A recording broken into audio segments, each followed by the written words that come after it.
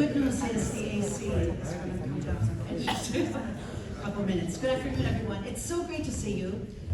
Thank you for your time. Thank you for coming this afternoon, on a Monday afternoon. And so on behalf of Let's Talk Vero, it's my pleasure to welcome all of you here to talk about Let's Talk Housing. And we are fortunate this afternoon to have this stellar lineup of experts and professionals, all of which I will introduce to you as we get going in just a couple of minutes. Real quick, I want to get out of the way a few housekeeping items.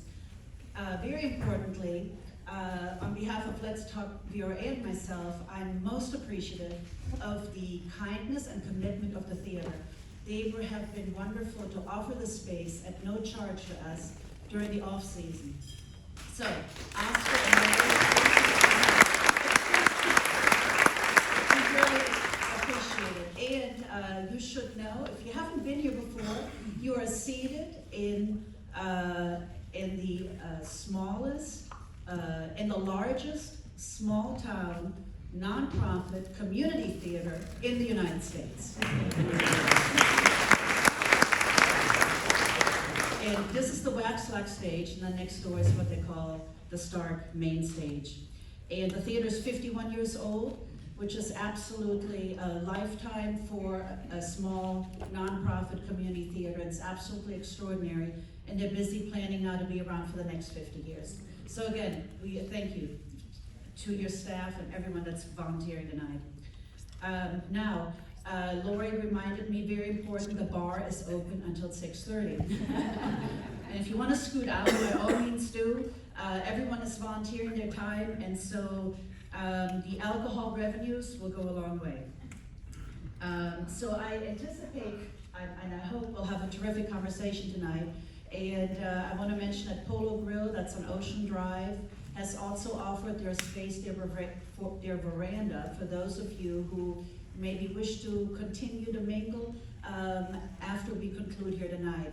So our promise is to be out at 6:55, i.e. out of this room, and then out of the theater by 7 o'clock. And last time we actually did pretty good, didn't we, Lauren? All right. So, just out of curiosity, how many of you are here tonight for the first time? Thank you so much for coming. We really welcome you. So Let's Talk Vero started in 2019, and the primary objective is to provide a community-oriented means to help us learn about what's going on in Vero Beach and, of course, Indian River County. So hence, Irina calls it the 3 E's, which is to engage, educate, and enlighten. And I'm reasonably confident we're all going to leave here a little bit smarter tonight. And I know our experts have lots of wonderful things to share with us. So I want to thank Irina Wolfley and her son Jonathan Buckley for doing all the behind the scenes. Oh, you just screwed behind me? Okay. That was Jonathan. All right. So, very, very briefly, I want to give you a big picture overview of where we are right now. So I want to talk to you about ALICE, and you're probably thinking, ALICE who? All right, so ALICE stands for A for Asset, L for Limited, I for Income, C for Challenge, and E for Employed. So that's an acronym for those households that what we call ALICE households.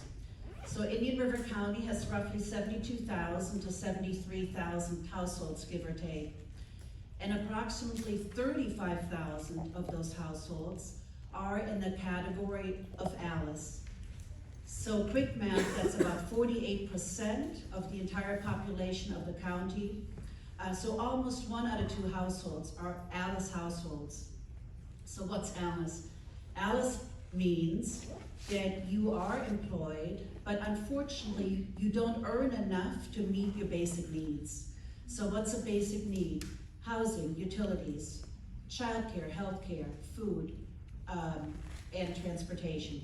So the Indian River survival budget for a family a married couple, and let's say they have a toddler and a preschool child, their survival budget is estimated to be at least $85,500 per year in this county. So now, if you don't earn enough to meet this survival budget, you are by definition in the category of Alice.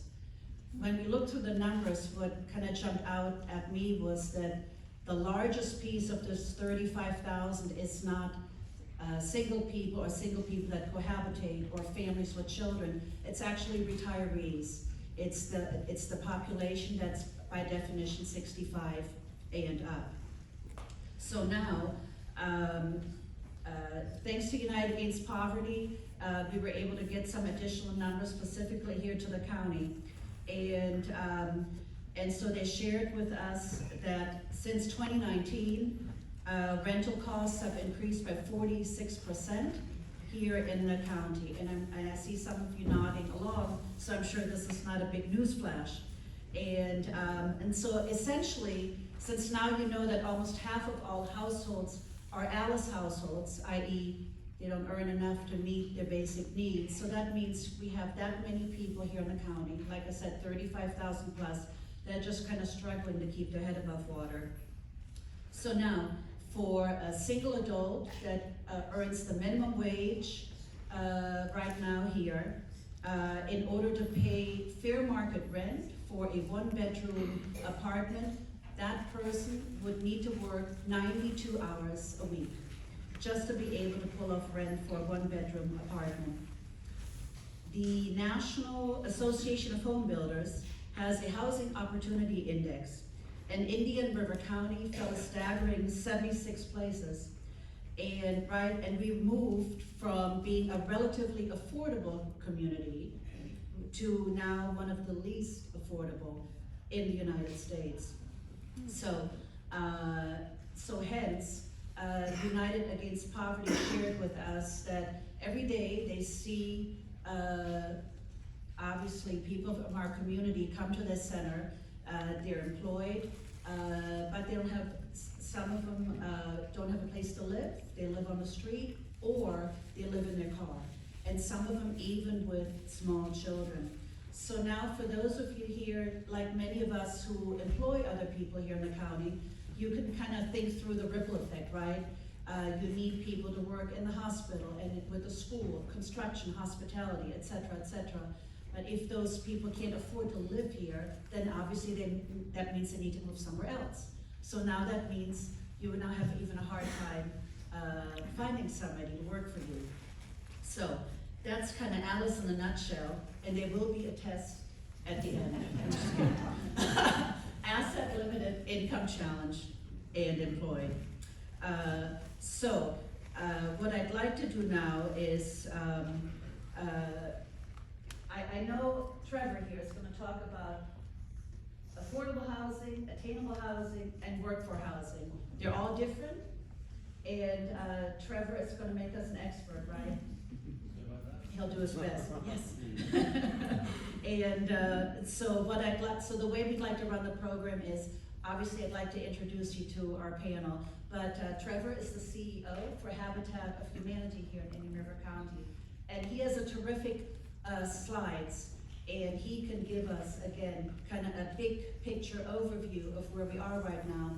And then when Trevor concludes his presentation, then we will move our chairs and then ask each of you to answer a couple questions we'd like to ask you. I've only moderated one other panel, and I have to tell you the hardest thing was to find a polite way to tell people that they're out of time. And I really couldn't figure it out. So now plan B is Jonathan Buckley has a red card, and he'll hold up the red card when he thinks you kind of maybe should be wrapping it up. So we're going to try that this time and see how it rolls. So let me introduce you to these wonderful people here. This gentleman right here is John Coutinho. He is the mayor of Vero Beach.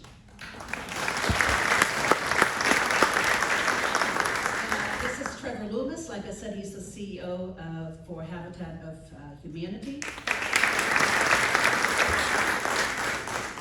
Susan A. Adams is County Commissioner, District 1.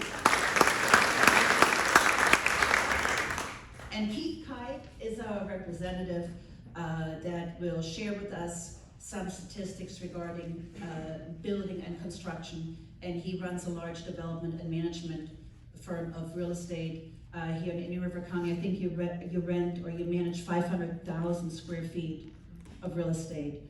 So we look forward to hearing some of your comments as well. So that's Keith.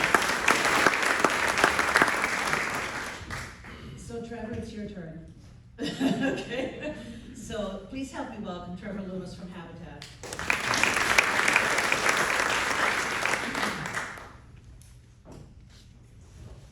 Well, good evening. It is really great to be here with you tonight. I am always happy to talk about housing, and I'm even happier to see so many people, be here tonight who are interested. I talk about it every day. I'm very interested, as you can imagine, but sometimes I feel like I'm alone in that fight, and so I'm really happy to see so many people here who are interested in the issue. It is a serious problem facing this community, and I am just so excited that so many people want to see things get better. So hopefully tonight we can talk about some solutions and really get down to it. So I want to start off by sort of talking about and framing our discussion a little bit. So we hear the terms affordable housing, attainable housing, workforce housing. What are those things? So those are a little bit the same and also a little bit different. I know that gives you so much clarity, but we're going to talk about that in just a second. Next, we want to sort through the buzzwords. So we've heard discussions about the urban service boundary. What does that mean? We have heard things about density increases. Oh, it's so scary. All of these things that we want to educate you about, so that you are well versed in some of the things that are facing us as a community based on this problem. So we also want to sort of connect you to the issue. Why does it matter to you as an individual? Because why it matters to me is different than why it matters to you and why it matters to you. And then we're going to talk a little bit about some of the numbers and some of the data around this issue. So let's talk about housing definitions. So affordable housing is very simple. It simply means that a family can spend less than 30% of their monthly income on their housing costs. That applies to me, it applies to you, and it applies to you, and it applies to everybody in this community. So affordable housing, everybody needs affordable housing. Now, it's more important to others, or to some than it is to others, but it's essentially 30% of your monthly income or less on your housing costs. Attainable housing is for households earning up to 120% of the area median income. So as a reference, at the bottom of this slide, you'll see for a family of 4, these numbers are determined by the Department of Housing and Urban Development every year. For a family of 4, 120% of the area median income is $102,000. It's a pretty decent income. 80% of the area median income for that same family is $68,000 a year, and then 30%, which is what we consider extremely low income, is $31,200 a year, which looks an awful lot like $17 an hour for a full-time worker. So workforce housing is a little bit of the same thing, right? We're talking about 60 to 120% of the area median income, but for folks who are still part of the workforce. You're talking about teachers, firefighters, police, medical workers, really everybody with a job who is part of the workforce. The vast majority, your public service workers, county workers, city workers, all are going to fall within the definition of workforce housing. So just to give you a quick snapshot of what housing in Indian River County looks like right now. So as of last week, thanks to my friend Chip Landers over here, 15 homes were for sale under $300,000. So to give you an idea what that looks like, we'll talk about that in a second. How $300,000 is it doesn't sound too bad, I guess. We'll see what it's going to take to afford to buy that home. So the median home price here is now $439,000. That's middle of the road. Average rent for a 1-bedroom apartment is almost $1,900 a month. Yeah. The housing wage to afford that one-bedroom apartment now requires $32.31 an hour working full-time in order to afford that. And as we were talking about earlier, there's not a lot of jobs that pay that, and so most of your service industry workers are gonna have to work close to 100 hours to afford a one-bedroom apartment. Last year, during the point in time count in January, we counted 225 unhoused individuals, which doesn't really tell the whole story. That was actually a reduction from the year prior. There are thousands of people who don't have their own place. They're couch surfing, they're living with family and friends, or they simply weren't counted.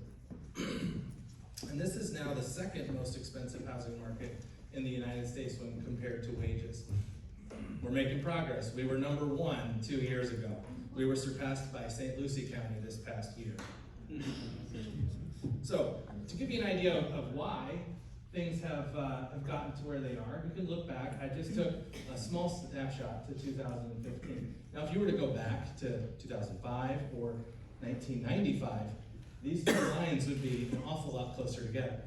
But what has happened is that home prices have outpaced wage growth significantly.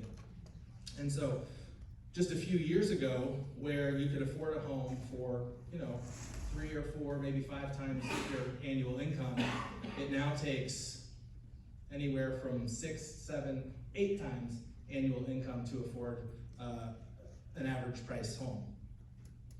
If you go back to 1995, it costs on average, the median household income could afford the median priced house, it would be about 3 times annual income.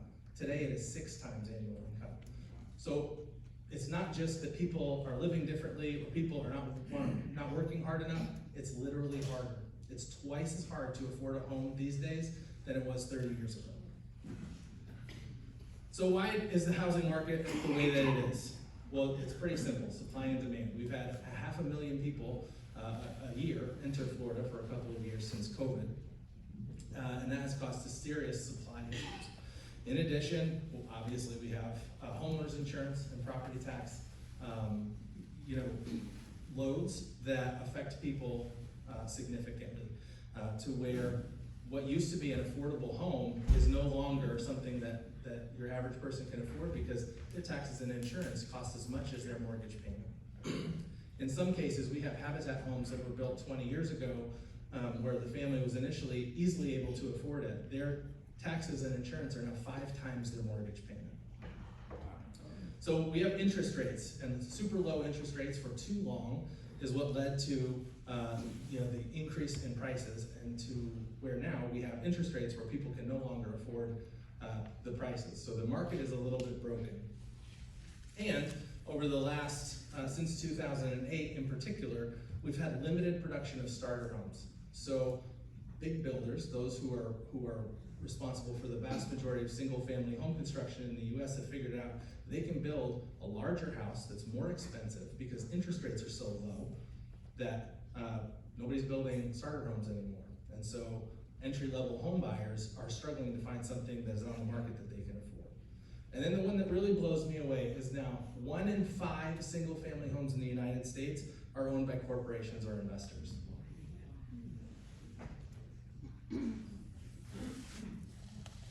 So let's talk about the rental gap a little bit, and that's what's facing the vast majority of the people struggling in our community. So there are just under 600,000 extremely low-income households in Florida. It's 30% of the area median income. So for a single person, it's about $17,000 a year, which is very low income. But we still have, as you can see, almost 600,000 households that fit that very low income, extremely low income demographic. So here in Florida, we have approximately 25 affordable units per 100 extremely low income households. You can imagine how that works out, right? We're now only Nevada has a worse extremely low income housing gap than Florida. 82% of those extremely low income households spend more than 50% of their income on rent. And in most of those cases, it's north of 85%.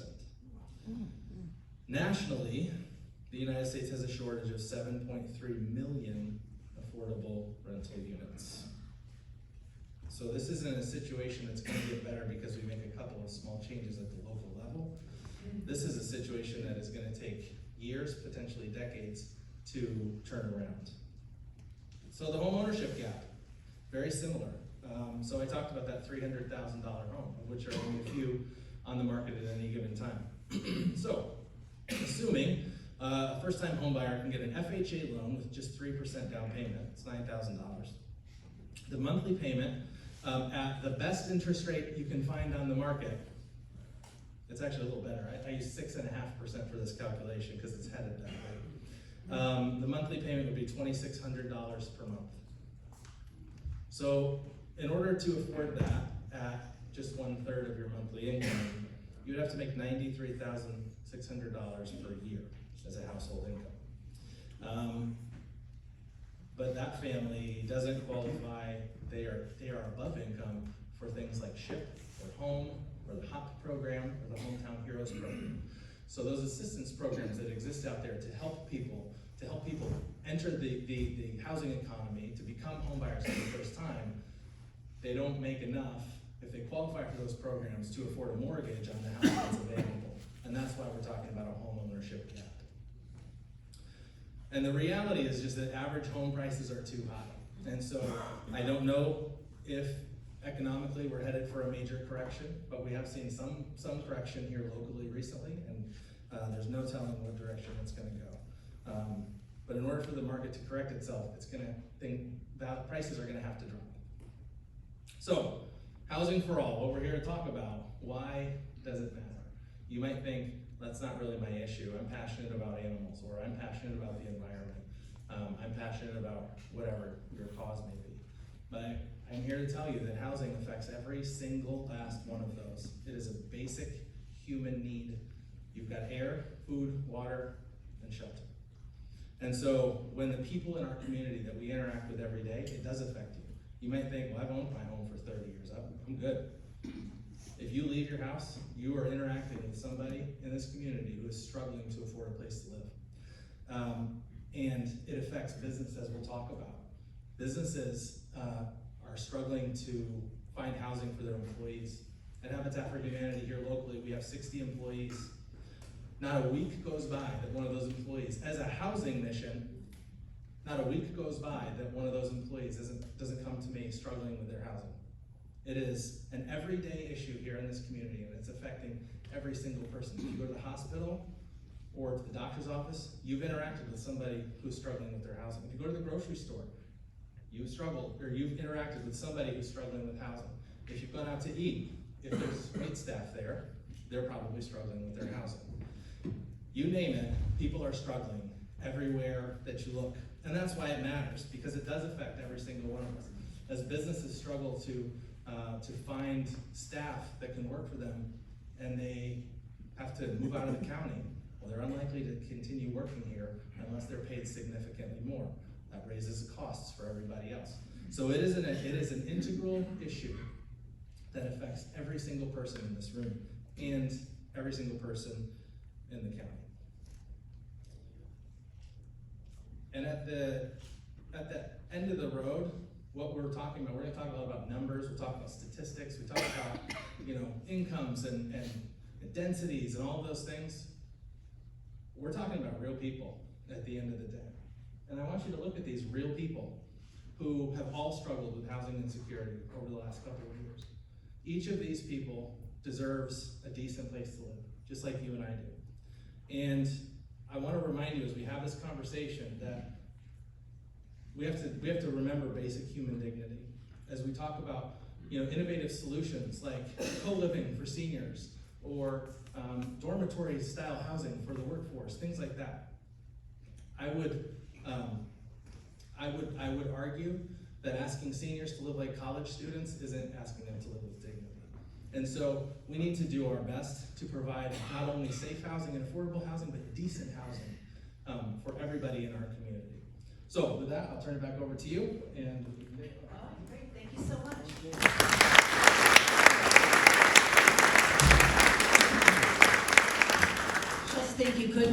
until you pass the test. So, gentlemen and ladies, do you mind if we scoop the, we'll pull it together?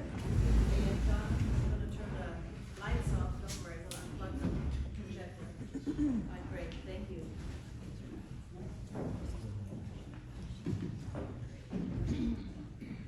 And you're going to unplug the lights.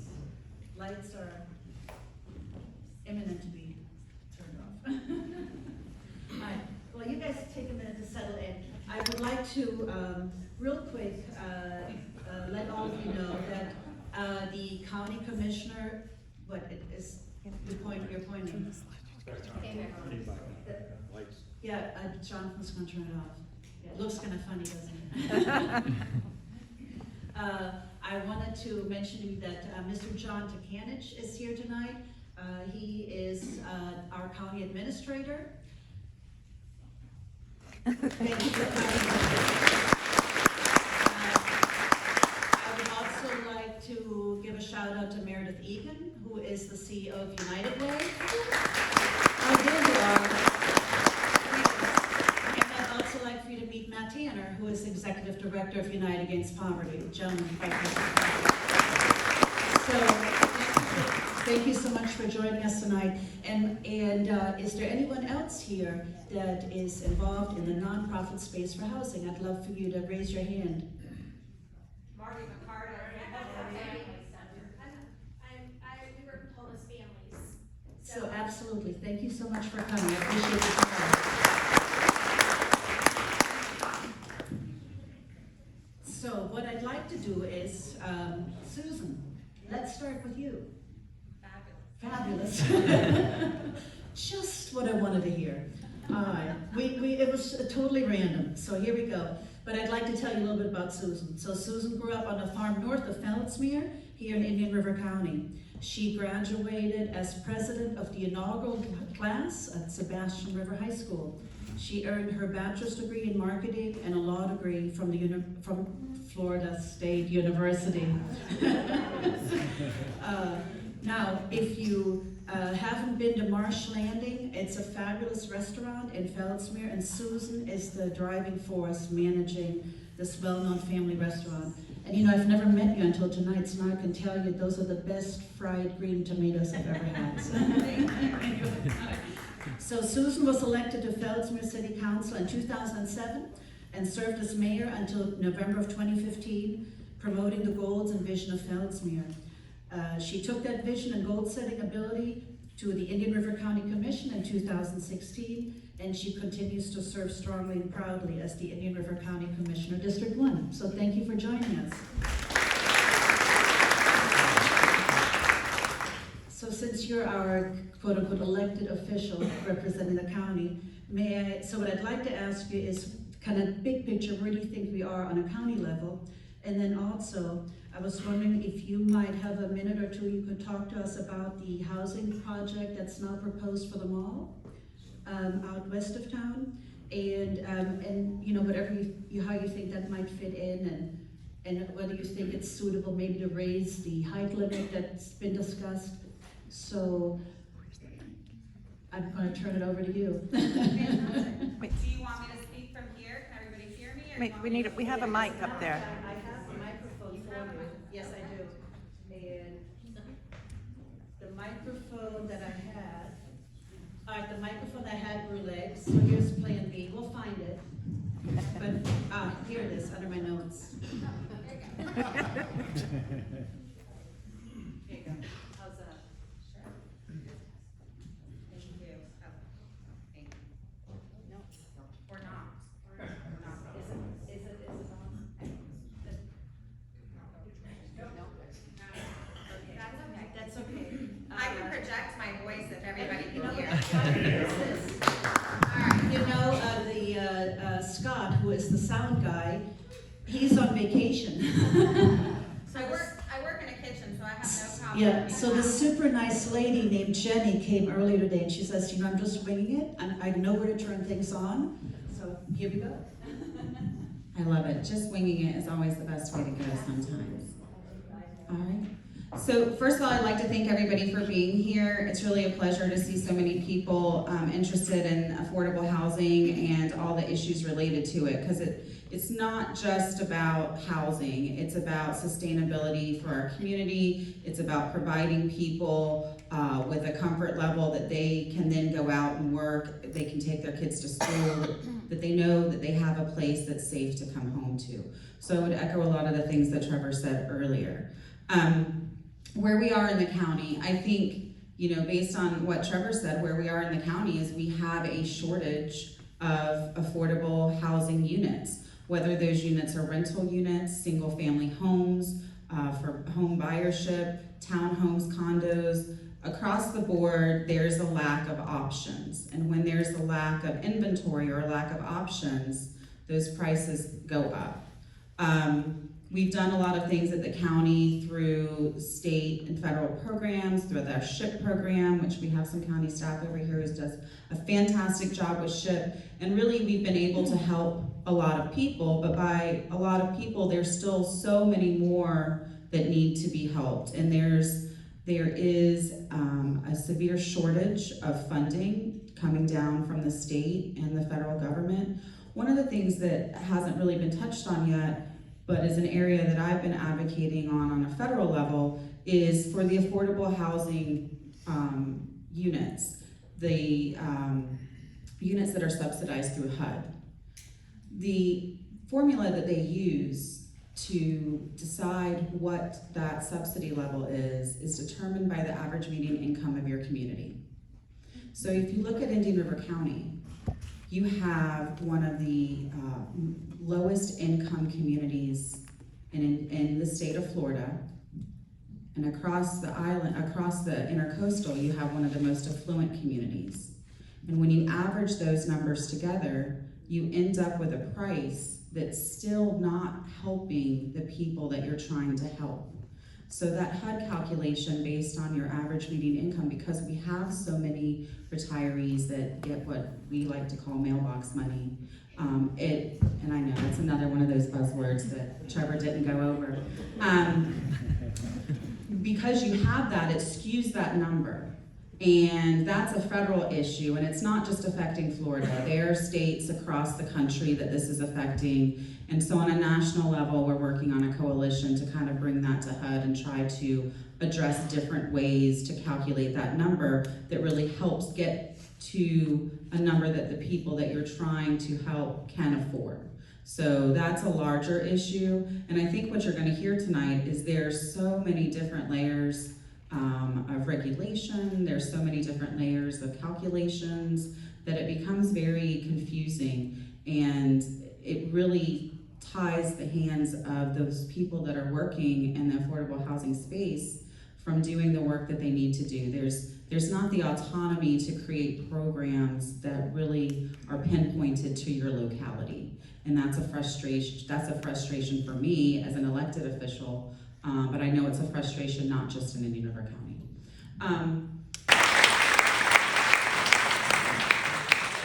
Thank you so much. And we will open it up for Q&A right around 6:30-ish.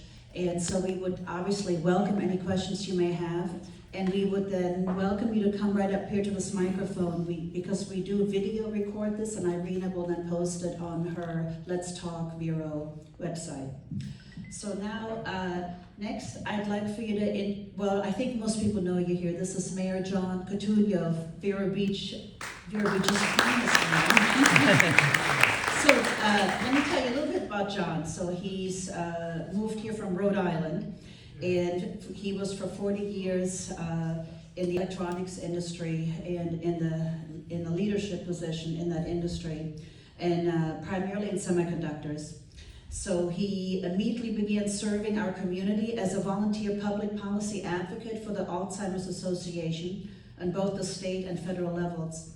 And then in 2019, Governor DeSantis appointed him to the State Health Improvement Plan Committee, and he was appointed both to the Vero Beach Utilities Commission, where he served as vice chairman, and a Three Corners Steering Committee. He was elected to Vero Beach City Council in 2021 and began serving as mayor in 2022. And he resides in Central Beach with his lovely wife Jan and rescue dog Roxy. You don't even know what he or she looks like. All right. So since you sit on the Affordable Housing Commission with Susan, we thought maybe we would ask you what you see on the city level, since Susan kind of addressed the county level. And then we were wondering, the land that's downtown, across from the cemetery, and John will tell you exactly where that's located. John, is that still under consideration as a location for affordable housing? And if so, can you tell us a little bit about it and why you think that location is ideal? Okay. Go. Thank you. You're welcome. So to address those, it's actually 14 acres. It's the old, used to be the nursery for the cemetery, and it's city-owned. It's located at where 14th Avenue dead ends at Dixie Highway. And if you go directly across the street, you will find that piece of property. It was never really considered to be ideal until the Live Local Act was passed by Tallahassee. And suddenly, that 14 acres comes into play based on the rules as determined in that Tallahassee law, and where that property resides. Because it resides in a light industrial commercial zone, and it abuts the railroad tracks, which doesn't necessarily make it a perfect piece of property to develop for affordable housing. But based on a quote-unquote Live Local Act, it came into play. And actually, attending a United Way affordable housing seminar that was held a few years ago, met up with some people from the Florida Housing Coalition and had a discussion about that piece of property. We set up a series of Zoom meetings, and during those Zoom meetings, we exchanged what this property looked like. They took a look at it, had some consultants and project managers look at it via Zoom and our GIS maps and that type of thing, and deemed that it would fit in the parameters of under the Live Local Act. So what we would like to do in the city is kind of control what we're doing in the city when it relates to city assets, versus waiting for some developer or somebody to come from outside and force us to do something. So we looked at it, we did an RFI on it. Trevor had a group of his people look at it. It's very doable. It would help out, and it's something the city's going to continue to look at, and we'll probably, I had a discussion with Jason Jeffries, the planning director, just a few days ago. We're probably we have kind of a lot of things on our plate right now, but we're probably going to look at going in right after the first of the year, after the election, and take another look at it and try to progress it to an RFP status, and then look at it at that time.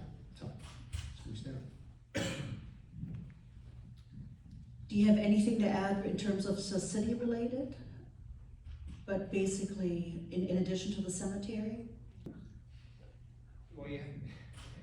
We have there's also, yes, okay. There's 26 and 27. That's the referendums for density and transferable development rights. Within the context of those two referendums, there is a component that says affordable housing. It is determined, to have a vibrant city, a vibrant community, you need a cross demographic, not just old people. And I'm an old people, so I can say this. You need to have that dynamism within your community. You need that type of diversity, and trying to get that into our county is difficult because of what has been described here tonight. We believe that if we're able to go downtown in what we call the historic core of our downtown area, and we're able to increase density to attract investment for multiple use development, we'll be able to have affordable housing as part of that component and attract the type of demographic that we're looking for to help the vibrancy of our community. Because I think to quote Andreas Duani, young people aren't afraid of the night. They want walkability. They want to be able to walk to their entertainment, to walk to their restaurants. And that, I think, is what we're gonna be trying to do with our downtown as we try to bring it to the next level. Thank you so much, I Well- appreciate that, thank you. Thanks, John. Now I'd like to introduce you to the gentleman to my left, Keith Kite. Keith is the founder and managing partner of Kite Properties. And Keith and Kite team provide investment, development, and management services for commercial property in Indian River County.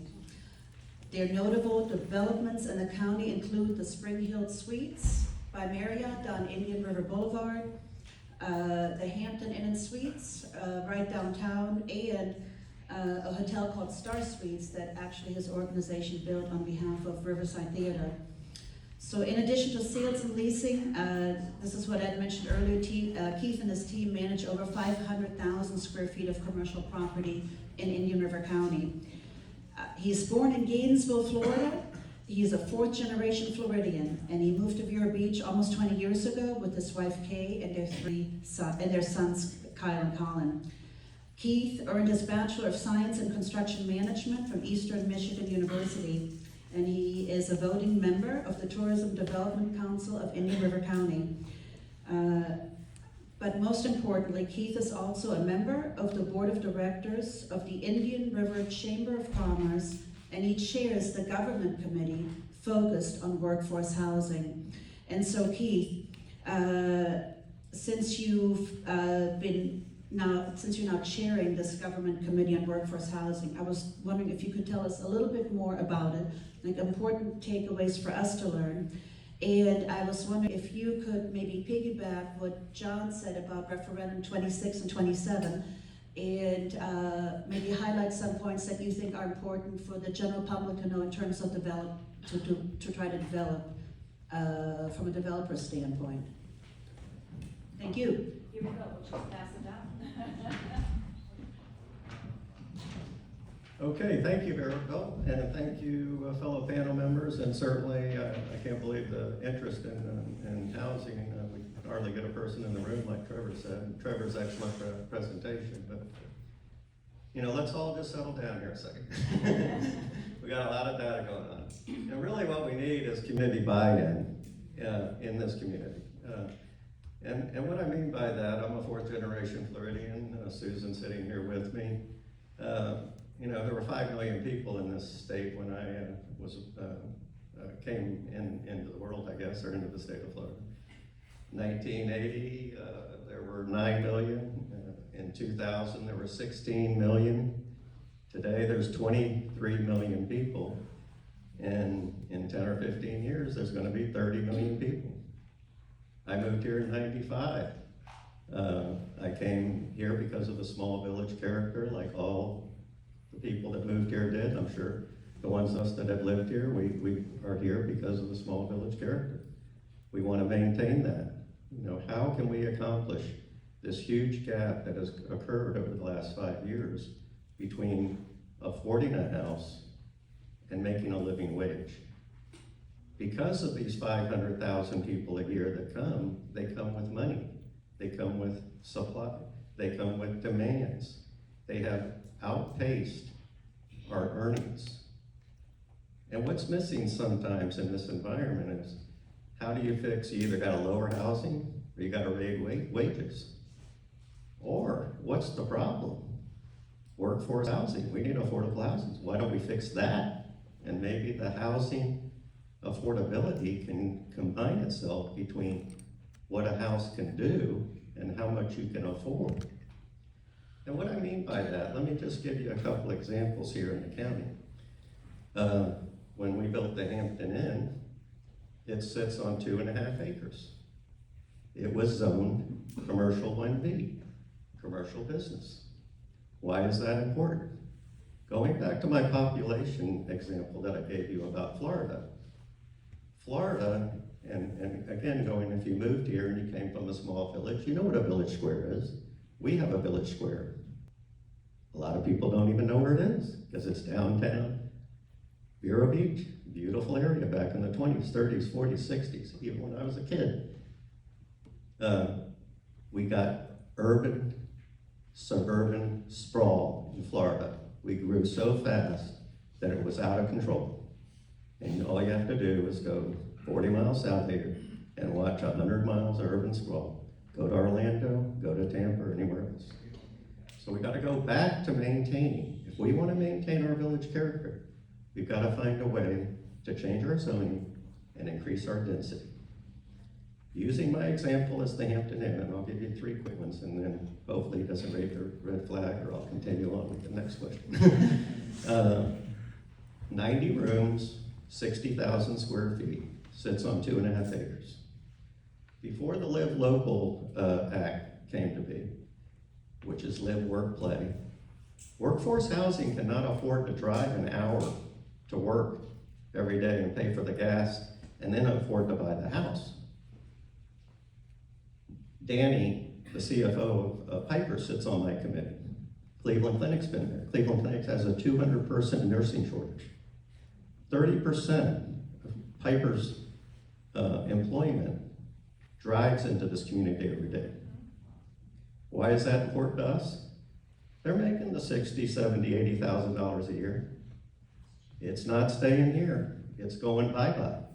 It is not helping our community. Bedroom communities that have a place where the work goes and the money comes back to them is fine. But if we're gonna turn it into a bedroom committee, we don't have anything coming in other than mailbox money.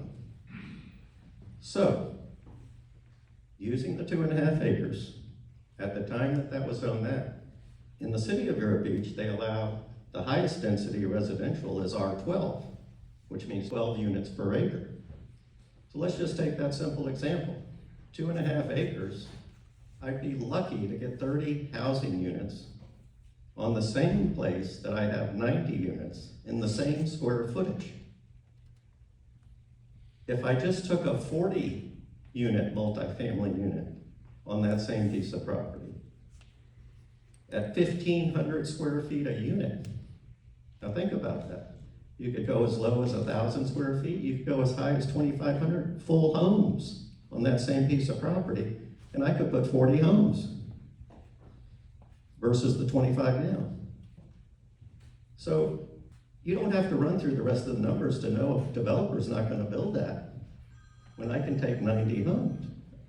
I'm getting the red sign, but the point of the story is, with the downtown referendum, we are not changing 1 foot of environmental pressure in this county by adjusting the new reality of the world we live in. We live in an iPhone world. We don't need to go anywhere anymore. We don't need these long commutes. So I'll stop it here and continue on with that and get into the referendum in a minute. You know, why don't, since you're on a roll. why don't- Okay. I'll just finish I'll finish you 2 other examples. Turn it over to Trevor, and then we'll have enough time for Q&A, but you're. Okay, that's 2 other quick examples, it'll be a couple minutes. Citrus. When I got here, every morning I woke up in January, February, March, I smelled citrus. And if you've never not smelled a citrus grove, you're really missing something. So if you can still find one out here with some of the guys that are left, when they bloom, make sure you do that. We don't have it anymore. 50% of the citrus in the state of Florida is gone. We have blight. Let's think about turning blight into bright. Mixed use, live, work, play. We have that up and down US 1. We have it up and down Old Dixie. I know you're not driving around every day like I am. If you want to take a tour with me, I can take you to 100 sites that we can fix this problem without adding 1 more piece of dirt to be dug up. We're roughly 2,200 units short of the housing crisis for a workforce housing, not Trevor's problems, not United Way's giant umbrella of lower housing, but 2,200 units. Not mentioning what we could do to this economy with those 200 nurses that are being trained down at Indian River State College that would love to live in downtown Vero if they had a place to live. But right now, the way the code and the zoning are in downtown Bureau, I couldn't even get the furniture store there, along with a developer friend of mine, to get it converted to apartments. But with live, work, play, we can now. So if y'all want to get engaged in the 26, 27 referendums and immediately solve the problem as early as November, I've given you examples of how developers will come and we will lower housing costs because we will be able to design housing that we can afford to build that will get at the rates that people can afford. And of course, I'm speaking multifamily, but I'll just move on to the two other examples. The mall. Daytona did this. The Daytona Mall was exactly like ours. Exact same builder, as a matter of fact. DeBartolo built both of them. They just approved 240 housing units at the Daytona Mall that are under construction today. We would not have to take one more footprint of this land, and we could have hundreds of affordable housing units at the mall. Another live, work, play environment where we're not stressing our streets because they're gonna dine there, they're gonna live there. They may drive 5 or 10 minutes, but they're not driving an hour from St. Lucie or Brevard. Another simple fix in this county that I think John, the development team, the county commissioners, I hope are focused on. And I'm not gonna delve into the politics of this because I could care less about it. But the urban service line and the county's density regulations, the county's at 8 units per acre on their R8. So as dense as you go in the county is R8. But in the city of Vero Beach, I can go R12. You drive up Indian River Boulevard right now, across from the Bureau of Orthopedics, then you'll see a giant new multifamily complex going up. I sold that land, along with my son, Colin, who's here. We spent 1.5 years annexing that into the city, because we were right next door. Why the hell wouldn't we? We went from 142 units to 180 on the exact same footprint of land. Not only did the city of Vero Beach get the benefit of that additional tax revenue and help the city, but we created 42 more housing units for this community. Now, they happen to be luxury, being not affordable, that's another story. But we can certainly do that with other units in a lot of places, and that's my story. All right, thank you so much. Thank you so much, Keith. And since we're talking so much about the mall, I've lived in Vero Beach for 40 years. So close your eyes and just picture driving down State Road 60, everything past the Walmart, that was all orange groves, as I know you remember as well. And my family's friends owned all that land back in the day, and they became, in the mid-'80s, and they decided we're just gonna sell it. And the mall kind of started things going, and that was the big thing, to go to the mall. And had a food court, it was happening. But anyway, it was all groves, believe it or not, back then. And I know many of you have lived here your whole lives, and so you're nodding along and you can relate how that used to look. So Trevor, you did a fabulous job, kind of get the ball rolling, and I thought your presentation was very sobering and kind of heartbreaking, right? Because there's so many confluences that you feel like are probably out of your control. But let me tell you a little bit about Trevor. So he's the president and CEO of Indian River Habitat for Humanity since December 21. So prior to moving down here, he was Director of Homebuyer Services at Habitat for Humanity of Metro Louisville in Louisville, Kentucky. He has more than a decade of experience developing workforce and attainable housing. Trevor is a retired veteran of the U.S. Army, and we thank you for your service. And he holds a Master's of Arts degree in anthropology from the University of Louisville and an MBA from Bellarmine University. In addition to his work with Indian River Habitat for Humanity, he serves on the board of directors for Treasure Coast Community Health and Habitat for Humanity of Florida. He lives in Vero Beach with his wife Martha and his 3 sons. So it would be great if you could kind of, pull maybe some things together for us that you thought we still should know. And I'd love to know what your goal now is, because you represent affordable housing. So we've talked about affordable housing, attainable housing, and workforce housing. So thank you so much. Thank you. I really try not to be a heartbreaker on a regular basis. So I want to give you a little bit of hope, okay? So the good news is that there's really good work being done here on all of this, right? So we do these things and we're going to scare you into supporting some stuff. That's not really the hope. I want to talk a little bit about what's going on. So a couple of years ago, about 2 years ago, prior to that, Habitat for Humanity here was really the primary, developer of any affordable housing solutions. And we're still probably the largest. But a couple of years ago, the United Way convened a housing sort of steering committee. Well, we met at Indian River State College with, I think, everybody they could find. And we really got into it and started to talk about the issues. And out of that came a steering committee of just a handful of folks from the county, from various agencies. And over the last 2 years, we've really worked to come up with some broad solutions, some things that will work, not immediately. Nothing in housing happens immediately, whether I like it or not. But I'll tell you a couple of things that have happened out of that. So we have a partner agency called the Coalition for Attainable Homes. It's been around here for a long time and has done a little bit of rental housing, particularly preventing homelessness.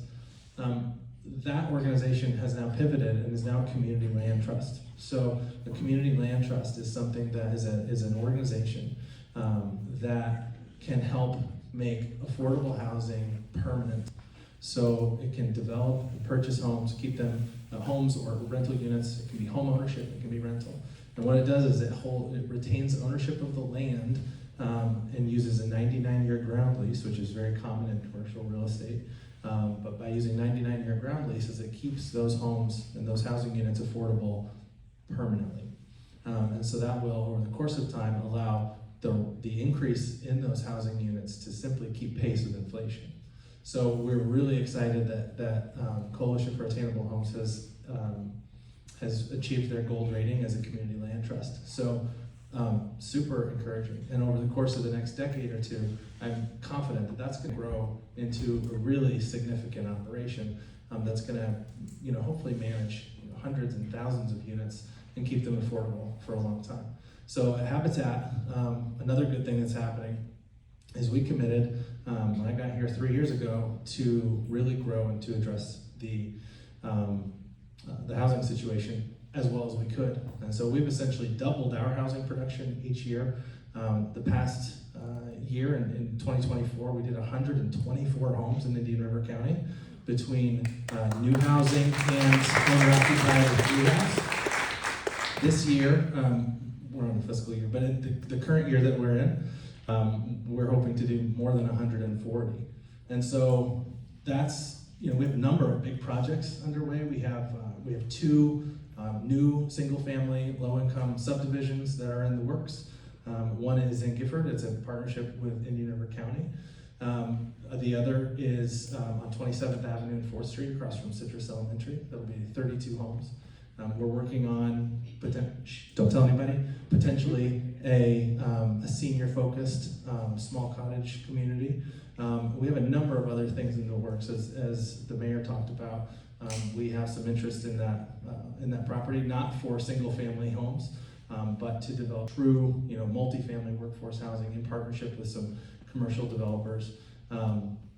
So there are a number of things in the works. I'm really happy to report the city of Sebastian has just donated some land. We'll turn that into 30 single-family homes. In addition, finally, we are getting some traction. Finally, funding will start to flow. The SHIP program through the county has provided a huge lifeline to so many people. I think I heard the other day they did 48 home renovations for low-income homeowners last year, which is huge. Additionally, they've provided subsidy for, probably 90% of our home buyers, and have helped some others achieve home ownership through the power of the market. And so That is a long-time program through the state of Florida, administered by the county, that is making a difference. And now look, it's like, we talk about 2,200 workforce units short. Who knows what the real number is? It's probably higher than that. But the fact of the matter is that slowly but surely we are making progress, and it makes a difference to those people. It absolutely makes a difference to each and every one when we do these. No project is too small, no project is too big. It makes a difference to those real people that are in there. Thank you so much.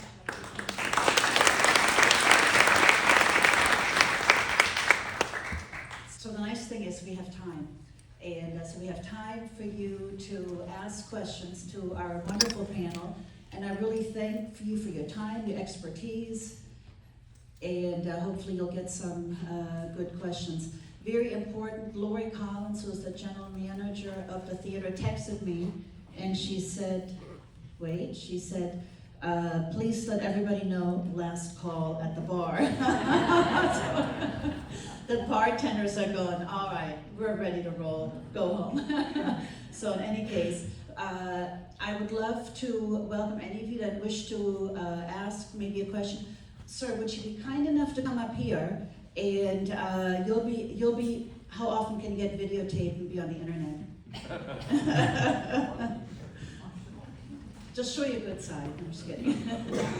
You said that Alice people were employed, and then you said a significant number of them were retired.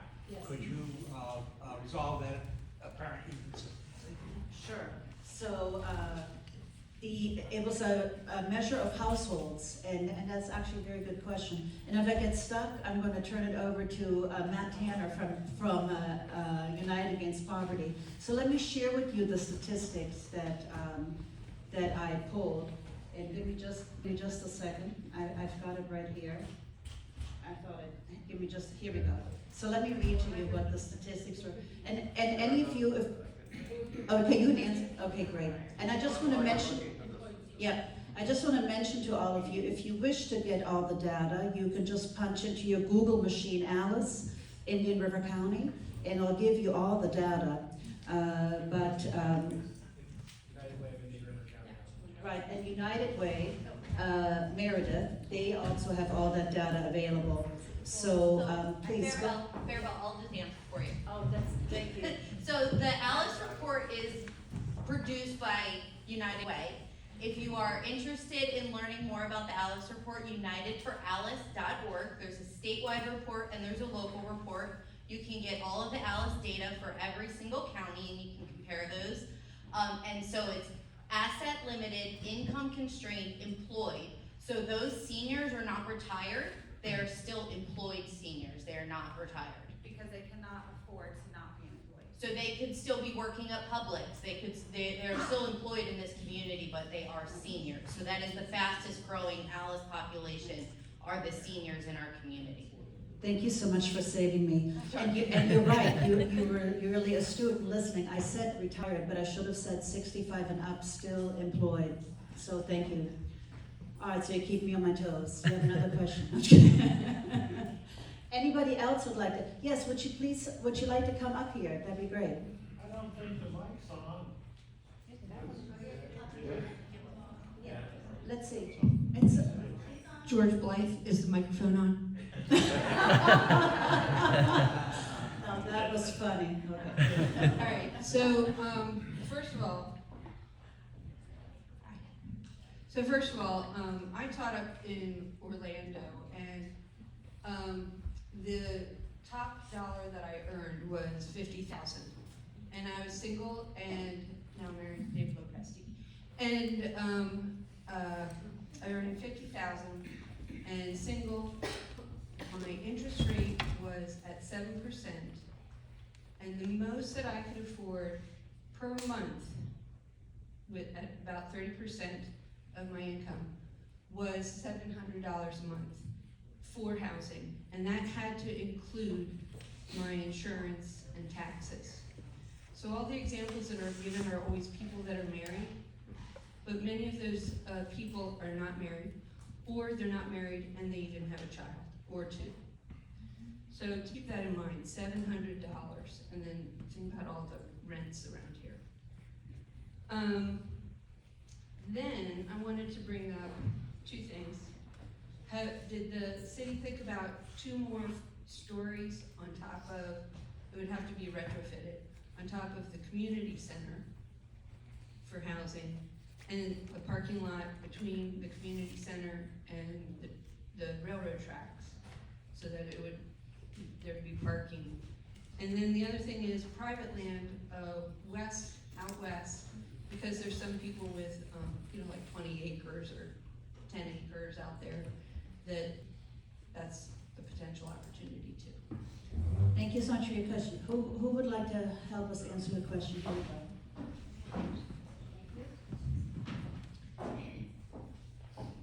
go. Again, it goes back to an economic situation as a community and a developer.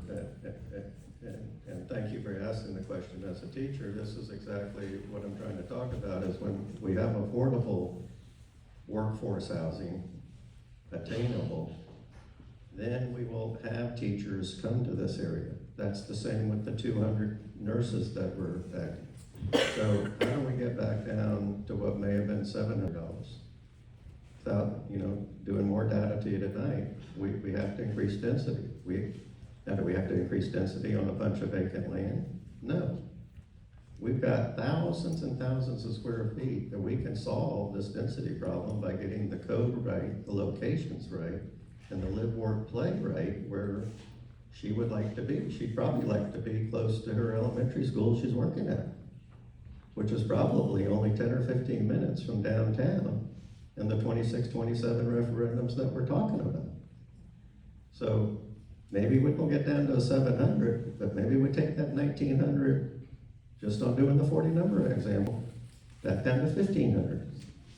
Or at least we have enough supply that the demand lowers the supply cost. So there's a whole combination that we have to think of all three. We can't be stuck with, we need more higher wages. We all need higher wages.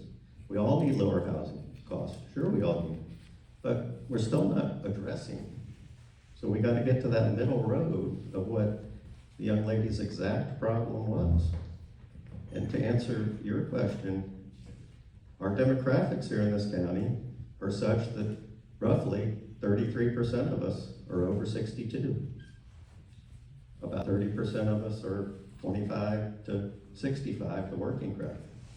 And the rest are under 25 or in school or whatever. We have 174,000 people in this county. We have a 65,000 person workforce. That's not all the people under 62. So you can also cause the workforce housing problem a senior workforce housing problem. That's our real problem in this county. Because we gotta keep going because we can't keep up with our damn rent. So that's where we're going back again with 26 and 27, as well as Susan can offer density solutions out at Fellsmere and the other villages. Think of your villages. Let's stay village concept. Let's bring those in, not damage our environment, but fix our problem with the right. And by the way, the city, John has done a fantastic job with what's known as the Miracle Mile Overlay District.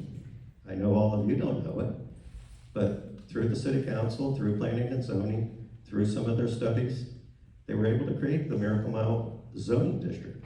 That example I used in the Hampton, I can now build multifamily there. 12 years ago when I built it, I couldn't. But because of the Miracle Mile zoning district, it allows mixed use. It wants to encourage, and you can go on the city code and actually read the paragraph, plain English, of what it says. But it basically allows housing, retail, restaurants, offices, work, etc. So that you get that environment that we're looking for to try and solve this problem almost immediately inside the local community. I just want to add something to that. So when you talk about the area out west of town, you're either going to go out or you're going to go up. And one of the things that we heard in the multiple community workshops that we had related to urban service boundary, related to community visioning, all those things, is people want to protect our environment. They want to protect that land. So the only option, if you don't wanna build out there, is you're gonna have to start having conversations about density, because you're gonna have to start going up or getting tighter. And when people talk about density and height, they imagine something like downtown, Manhattan, Dallas, something super crazy, and that's not what it is. We have in downtown Bureau right now, units or buildings that are, 78 units per acre. Pocahontas is always the one that's used. Everybody knows the Pocahontas apartments across from Pocahontas Park, that's 78 units per acre. 78 units per acre already exists, and then somewhere in our infinite wisdom, we changed it, so now you can't replicate that. The other issue that we're not talking about, that's the double-edged sword of affordable housing, is economic development. When Trevor started, he said that Florida was only surpassed by Nevada with the lowest average, or the very low income gap. Nevada is a service industry state, and so is the state of Florida. And if you look at Indian River County, our industry is primarily service-based. We have some industry and medical and those types of things, but the majority of our workers are service industry workers. So when you start talking about wages and increasing those wages, then people start freaking out. And I say that as somebody who works in the hospitality industry, because if I'm paying my workers, and they are close to $30 an hour, but I'm probably an anomaly, and people get upset because then their food cost is gonna go up if they come out to the restaurant. They still wanna come and get a 99-cent Big Mac at McDonald's, and those days are just long gone. It's just not happening. But we wanna wring our hands and say, why can't people afford to live here? Well, there's two sides to affordable housing. It's inventory, and it's also having a diversified work option, so people have something to do besides, as much as I love Marsh Landing and think it's a wonderful place to work, not everybody wants to be a cook. Not everybody wants to be a waitress. Not everybody wants to be a hairdresser. They want, or do lawns, or whatever the case may be. They want to have a path for a career. I have a 14-year-old. I don't want him to leave Indian River County, but the things that he wants to do in life are not provided here. And if we aren't talking about an economic development, when we're talking about affordable housing, we're gonna lose our roots. When we lose our roots, you lose your community identity, and you stop having a community that's the hometown feel that everybody came here for, because it's all of us that have grown up here and the relationships we've made, and you can go to the store and see 17 people that you know any given day. But that is vastly going away as more people move here, and they're moving here because the young people aren't staying and raising families because they don't have those options. So that's the other side that we also need to talk about when we talk about affordable housing.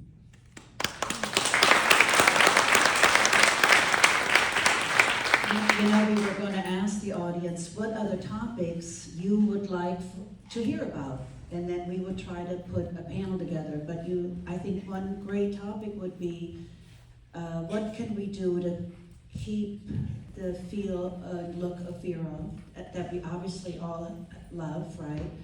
But what can we do to attract maybe industry that would potentially pay higher than minimum wage? Thank you.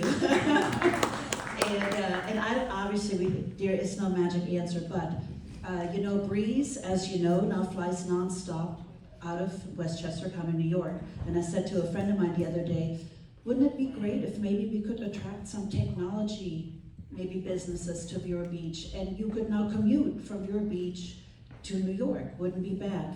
But so maybe we should have a panel on what can we do to try to bring in I'm going to call it soft industry, for lack of a better word, that would provide higher or betterly compensation, right? And then that's obviously one of the pieces of the puzzle. Yes, sir. Would you like to come up to the microphone? And I like your hat. He's always very debonairly. He's debonairly dressed. Okay. So I like what you're saying for the next program. You like that topic? However, the Yes. problem is we have to solve this one before you can get that one. Yes, that's I'm right now talking with Pete Tess, who's economic development over in St. Lucie County. And his biggest issue right now is affordable workforce housing. And so we're working together to see if we can do something, because my wife and I actually have started a project to build out affordable workforce housing developments. But we're finding trouble land with the way they're zoned, how many units you can put on there. So something has to happen in order to change that on a local level. And unfortunately, we're looking at this problem right now. And you look back 3.5 years ago, we weren't saying the same things. Because what happened was a tsunami effect of interest rates, housing costs, insurance costs, inflation, 9, 10, 20%. So that all happened within the last few years, and there's no way that we could have been ready for all of those things to happen. So we now have to look at that and get rid of all the political crap that's out there as far as getting things done, and change some rules in order to let people like this gentleman here, myself, and others that want to help the problem get out of the way and let us do it. I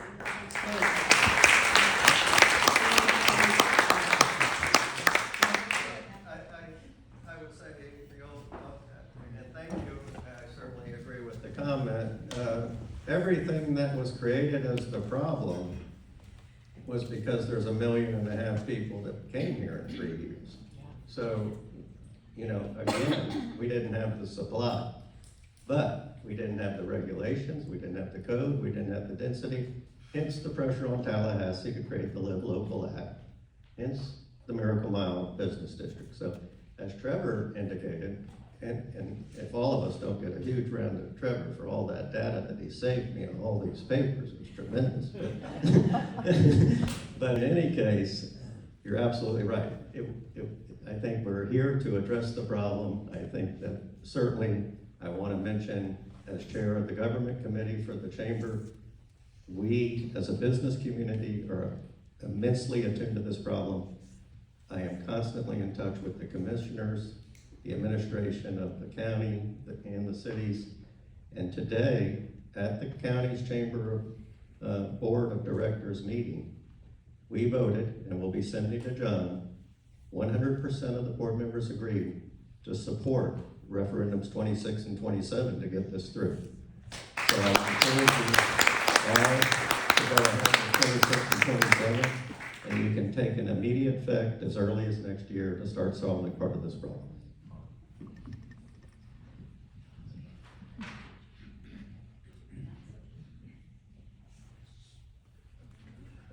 Thank you. We appreciate your endorsement, first of all. I think what we're trying to say with downtown, I only can address downtown, and what we're trying to do with that is the core of downtown. Is in many instances we're trying to go back to the future, which is kind of odd when you say it that way. But when you look at the Pocahontas apartments, it's 78 units per acre. When you look at the historic theater, that's in excess of 50 units per acre. That's what our future looks like if we want to develop the type of multiple use development that's going to have an affordable, attainable housing component to it that will attract the demographic we all are desperately looking to have in our county.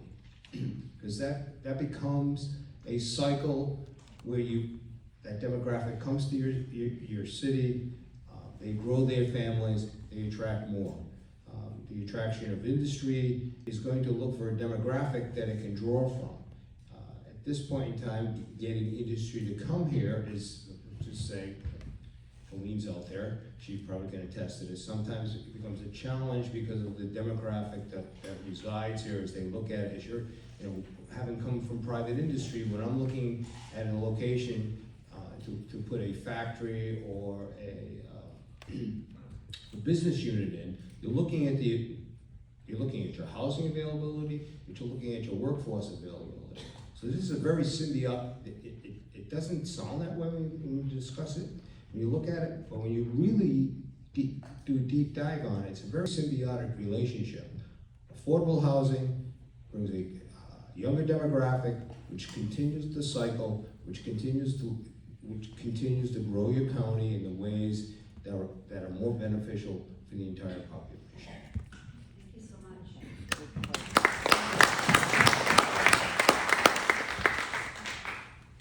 You know, I had mentioned earlier that this is the 51st year of Riverside Theater, and I saw John come in. I'd be remiss if I didn't introduce all of you to John Moses, who's the gentleman standing on the exit side. So John is the one that made this work. He was kind enough to offer the space because he says, I would love for the theater to be the community living room. And so you've certainly done that for us for the last 6 months, so thank you so much. So Irina and I will be scrambling now during the season to find other space so we can do this, and John, it will not nearly be as fabulous as this. So we thank you again, and John is the Managing Director and COO of Riverside Theater. So again, I appreciate all your time and your staff here. It's fantastic. And I'm happy to say we're going to get out of here in time. We will find obviously new topics. You're more than welcome to mail topics that will be of interest to you, where you'd like to see a panel discussion like we've had this afternoon. You can email it to Let's Talk Bureau. And please help me thank our fabulous panel, Mr. Keith Pike, Ms. Susan Adams, Mr. Trevor Lewis, and our mayor, Mr. John Coutinho. So on behalf of Let's Talk Bureau, Irina Buckley, her son Jonathan Buckley, and the O'Hare family, I'd like to thank all of you for coming tonight, and we'll do it again in October. Thank you so much.